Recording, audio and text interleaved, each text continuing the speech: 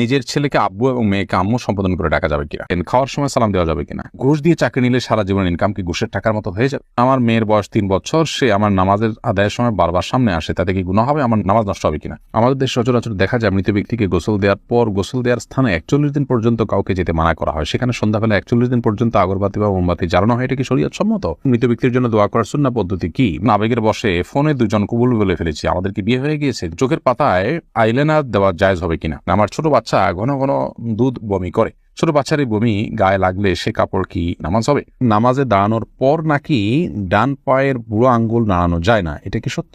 ফজর নামাজের আজানে আসসালাতু খায়রুম মিনান নাওম বলার সময় আমরা উত্তরে কি পড়ব? অনেক বয়স হওয়ার পরও আমার বড় ভাই বিয়ে করছে না, পরিবার চাচ্ছে আমাকে বিয়ে করাতে, কিন্তু আমি সমাজের মধ্যে লজ্জিত হয়ে যাচ্ছি, আমার কি করণীয়? চলুন তাহলে আর বিলম্ব না করে আপনাদের প্রশ্নের উত্তর দেওয়ার আলোকিত ভবনে আমরা প্রবেশ করি এবং শুরু করি আমরা প্রশ্নোত্তর দেওয়ার পালা। আবু রেজা ইনুর আপনি লিখেছেন, আমার ছোট বাচ্চা ঘন ঘন দুধ বমি করে, ছোট বাচ্চার এই বমি গায়ে লাগলে সে কাপড় কি নামাজ হবে? বাচ্চা যদি বমি করে এবং সেটা আপনার কাপড় লেগে যায়, অবশ্যই যে অংশ লাগবে সে অংশ নাপাক হবে, অংশ আপনি ধুয়ে ফেলবেন, বাকি কাপড় পাক আছে বাকি থাকবে, যেটুকু লাগবে সেটুকু ধুয়ে ফেললে পাক হয়ে যাবে। এই যে সাথে আপনি লিখেছেন, পার্লারে কোকড়া চুল সোজা করলে কি গুনাহ হবে?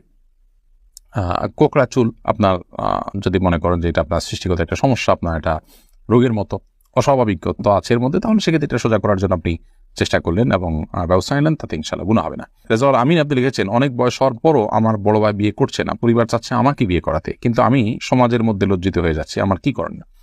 লজ্জিত আর কিছু নেই, বিয়ে বড় ভাইয়ের আগে ছোট ভাই করলে যে কোনো গুনাহ হয় এরকম না, এটাকে দোষণীয় মনে করাটা আমাদের সমাজের ত্রুটি, বরং অতএব সমাজের ভুল ভাঙার চেষ্টা করাটা দোষণীয় কিছু না। আপনার পরিবার যে আপনাকে বিয়ে করতে চাচ্ছে এটাই তো শুকর আদায় করার মতো বিষয়। যে অনেক পরিবার তো বড় ভাই বিয়ে না করলে ছোট ভাইকে আটকে রাখেন, আপনার বড় ভাই আটকাচ্ছেন না, আমার মনে হয় আপনার বিয়ে করতে আগ্রহী হওয়া উচিত। নারুজ্জামান সরকার এটি থেকে আপনি লিখেছেন, ঘুষ দিয়ে চাকরি নিলে সারা জীবন ইনকাম কি ঘুষের টাকার মতো হয়ে যাবে?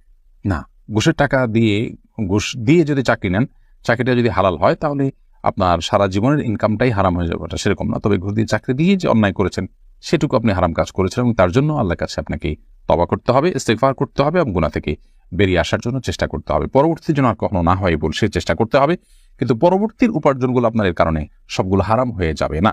শিহাব আপনি লিখেছেন, খাওয়ার সময় সালাম দেওয়া যাবে কিনা? খাওয়ার সময় সালাম দেওয়া নেওয়াতে মৌলিকভাবে কোনো অসুবিধা নেই, যদি ডিস্টার্ব ফিল না করেন যাকে সালাম দিয়েছেন তিনি, তাহলে সেক্ষেত্রে খাওয়ার ফাঁকে ফাঁকে আমরা কথা বললে সেটা যেরকম নাজায়েজ নয়, ঠিক সালাম আদান প্রদান করলে সেটা নাজায়েজ নয়। আমরা অনেকে মনে করি খাওয়া আর ইবাদত করা সমান, খাওয়া আর নামাজ পড়া সমান, এরকম অনেক মুখরোচক কথা বা অনেক বলি আমরা শুনতে পাই, এগুলোর কোনো ভিত্তি নেই। নামাজ এরকম কথা বলা যায় না, সালাম দেওয়া যায় না, খাওয়ার সেরকম কথা বলা যাবে না,